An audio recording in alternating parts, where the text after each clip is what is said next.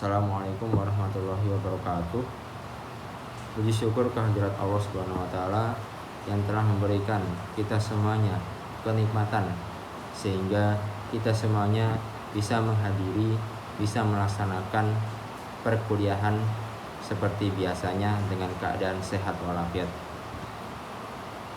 Di sini kami dari kelompok 2 akan mempresentasikan hasil diskusi kami mengenai materi iman kepada hari akhir. Di sini kami terdiri dari 4 anggota kelompok, yaitu Ahmad Ghazali, saya sendiri, Debi Nur Azizah, Muhammad Fikri Mubarok, dan Muhammad Nabil. Di sini kami akan menjelaskan mengenai 6 poin, yaitu pengertian hari akhir, tanda-tanda hari kiamat, hari kebangkitan, yaumul mahsyar, mizan dan asyirat, dan yang terakhir surga dan neraka. Pengertian hari kiamat. Hari akhir yang juga dikenal dengan hari kiamat merupakan salah satu kejadian besar yang akan terjadi sebagai tanda kehancuran alam semesta. Pengertian hari akhir juga dapat diartikan sebagai hari pembalasan atau hari di mana seluruh perbuatan dan amalan manusia selama hidupnya di dunia akan dibalas dengan sesuai apa yang dikerjakannya. Untuk selanjutnya kami serahkan kepada Fikri. Tanda-tanda hari kiamat. 1. Munculnya Imam Mahdi. Tanda-tanda kiamat tersebut sesuai dengan hadis riwayat Al-Hakim. Rasulullah SAW bersabda, Imam Mahdi akan keluar di akhir umatku. Allah akan menurunkan hujan dan akan menumbuhkan tanaman di muka bumi. Harta akan dibagi secara merata. Binatang ternak akan semakin banyak. Begitu juga umat akan bertambah besar. Imam Mahdi hidup selama 7 atau 8 tahun. 2. Kemunduran Dajjal. Tanda hari kiamat kedua yaitu munculnya Dajjal ke dunia yang menyebarkan fitnah di muka bumi.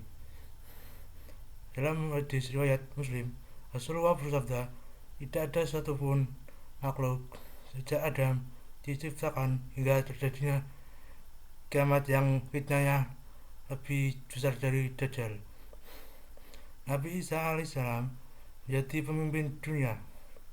Dalam surat An-Nisa ayat 159, Allah Subhanahu wa taala berfirman bahwa Nabi Isa akan muncul menjadi saksi atas kehidupan umat manusia.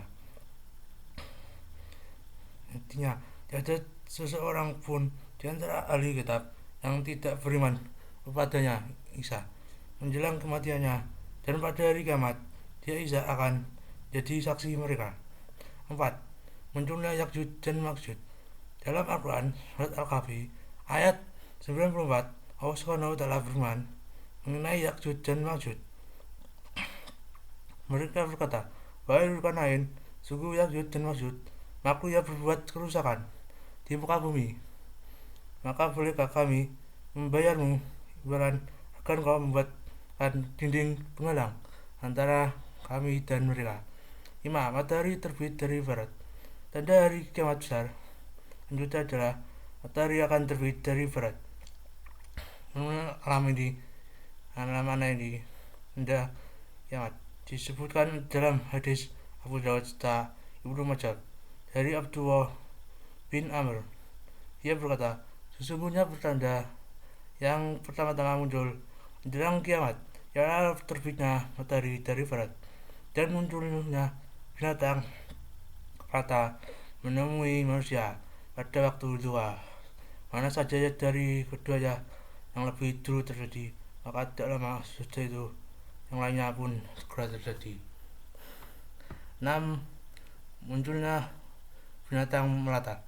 Terangan munculnya binatang melata disebutkan dalam hadis yang sama dengan terbitnya matahari dari arah barat. Namun tidak diketahui fenomena mana yang duluan akan terjadi, apakah pemunculan binatang melata atau matahari dari barat. 7. Ada kabut dan angin berembus. Dalam Al-Quran, surat Ad-Dukhan, Allah SWT bersabda mengenai kemunculan kabut yang menjadi peringatan akan datangnya hari kiamat. Maka hitunglah dari ketika langit membawa kabut yang tampak jelas. 8. Munculnya api. Berdasarkan riwayat Muslim, salah satu tanda terbesar dari kiamat adalah pemunculan api di bumi. Munculan api menjadi fenomena alam langka sebagai tanda kiamat.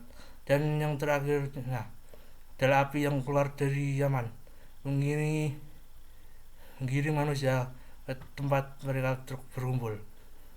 9. Terjadinya gempa bumi saat dari kiamat disusun dalam Al-Quran surat Al-Hajj ayat 1 berbunyi, "Wahai manusia, bertakwalah kepada Tuhanmu, sungguh guncangan hari kiamat itu adalah sesuatu yang sangat besar." 10. Hancuran Ka'bah. Tanda-tanda hari kiamat yang terakhir adalah hancuran Ka'bah. Hari ini sesuai dalam riwayat hadis Hakim yang Abu Ya'la oleh Abu Sa'id Al-Khudri radhiyallahu an yang berbunyi, hari kiamat akan terjadi sebelum Ka'bah ini tidak lagi didatangi oleh orang untuk menunaikan ibadah haji. Dalam hadis riwayat Muslim dan Bukhari dari Abu Hurairah radhiyallahu an, Rasulullah bersabda, Ka'bah diruntuhkan oleh Suwaigaitain dari Habasyah. Hari Kebangkitan. Penjelasan tentang Yaumul Ba'ats sebagai hari kebangkitan umat manusia di kehidupan setelah kematian itu pula telah diterangkan oleh Allah Subhanahu wa taala lewat firman-Nya dalam beberapa surat di Al-Qur'an. Adapun dalil Al-Qur'an tentang hari kebangkitan tersebut dapat kita temukan dalam surat-surat berikut, yaitu yang pertama surat Yasin ayat 51 yang berbunyi, wa nufikha fisyuri fa idzahum minal ajdathi ila rabbihim yansilun, yang artinya lalu ditiuplah sangkakala yang kedua kalinya, maka seketika itu mereka keluar dari kuburnya dalam keadaan hidup menuju kepada Tuhannya. Yang selanjutnya atau yang kedua yaitu surat Al-Zalzalah ayat 6 yang berbunyi, yauma idzi yasdurun nasu astatal liyuraw a'malahum, yang artinya pada hari itu manusia keluar dari kuburnya dalam keadaan yang bermacam-macam supaya diperlihatkan kepada mereka balasan pekerjaan mereka. Yang terakhir yaitu surat Ar-Rum ayat 56 yang berbunyi, wa qala alladzina utul ilma wal imana laqad labistum fi kitabillahi ila yaumil ba'ts fahadza yaumal ba'tsi walakinnakum kuntum la ta'lamun, yang artinya sungguh kamu telah berdiam dalam kubur menurut ketetapan Allah sampai hari berbangkit. Maka inilah hari berbangkit itu, tetapi kamu tidak mengetahuinya. Berdasarkan ulasan singkat tersebut, maka kita bisa mengetahui bahwasanya Yaumul Ba'ts merupakan sebutan bagi hari kebangkitan umat manusia dari alam kubur untuk berkumpul di padang mahsyar dan menghadap Allah Subhanahu wa taala. Yaumul Mahsyar adalah hari dikumpulkannya semua umat manusia setelah dibangkitkan dari kubur pada hari kiamat untuk menunggu pengadilan yang adil dari Allah Subhanahu wa taala. Semua umat manusia akan dibangkitkan dari kubur, kemudian akan dikumpulkan di sebuah tempat yang sangat luas, yaitu padang mahsyar. Semua manusia tanpa kecuali akan dikumpulkan untuk menjalani pengadilan Allah, sehingga setiap manusia akan mempertanggungjawabkan masing-masing amal perbuatan selama hidup di dunia. Di padang mahsyar, matahari diterbitkan oleh Allah tepat di atas kepala dengan jarak hanya 2 busur, sehingga manusia terpanggang oleh panas teriknya matahari yang panasnya telah dinaikkan, dan keringat pun mengalir deras mengenangi padang mahsyar seiring dengan rasa takut yang luar biasa karena mereka akan dihadirkan di hadapan Allah. Bagi orang yang beriman, beramal soleh serta banyak mengerjakan kebaikan akan dilindungi dari terik sengatan sinar matahari. Kemudian keringat tersebut naik ke badan mereka sehingga sesuai dengan tingkatan mereka di hadapan Allah. Bagi orang-orang yang beriman akan diberikan syafaat oleh Nabi Muhammad SAW, yaitu Mizan dan Asyirat. 1. Mizan yaitu timbangan amal pada hari kiamat. Timbangan ini mempunyai mulut 2 daun. Sifatnya seperti besarnya permukaan langit dan bumi. Seluruh amal perbuatan akan ditimbang padanya dengan kekuasaan Allah Ta'ala. Pada hari itu, amal seberat debu maupun sebesar biji sawi pun akan masuk timbangan untuk menyempurnakan keadilan yang hakiki. Lalu lembaran amal-amal kebaikan didatangkan di situ dalam bentuk yang baik dalam daun neraca bercahaya. Dengan amal kebaikan itu, maka dapat memberatkan timbangan sesuai derajatnya menurut Allah dengan karunia-Nya. 2. Asyirat. Asyirat merupakan jembatan yang melintang di atas neraka menuju surga. Menurut Imam Nasir bin Muhammad As-Samarqandi di dalam Tanibul Ghafilin dari Ibnu Mas'ud bahwasanya ia berkata, seluruh manusia akan melintasi asyirat. Mereka maju mundur berdiri di sekitar neraka. Kemudian mereka berjalan di atas asyirat sesuai amal-amal perbuatan mereka.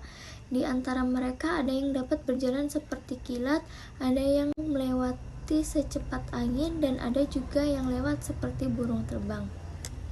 Surga dan neraka. Yang pertama, surga. Surga adalah istilah yang digunakan dalam Indonesia untuk mengartikan kata bahasa Arab yaitu jannah. Jannah berasal dari akar kata yang terdiri dari huruf jim dan nun. Dari 2 kata tersebut, jannah berarti menutupi, sedangkan jannah memiliki arti asli kebun atau perkebunan. Yang kedua, neraka. Neraka adalah kata yang dipakai dalam bahasa Indonesia yang merupakan terjemahan yang berasal dari kata bahasa Arab al-nar. Pemahaman neraka yang umum dipahami ialah tempat yang disediakan oleh Allah untuk orang-orang yang tidak beriman kepadanya, yaitu orang-orang yang menentang aturan-aturannya dan tidak mempercayai adanya Rasul. Ia juga merupakan tempat untuk menghukum musuh-musuh Allah dengan siksaan yang amat dahsyat dan hina, sehingga tidak ada tempat yang lebih buruk darinya. Demikian presentasi yang dapat kelompok kami sampaikan. Banyak kurang lebihnya kami mohon maaf yang sebesar-besarnya. Cukup sekian kami akhiri. Wassalamualaikum warahmatullahi wabarakatuh.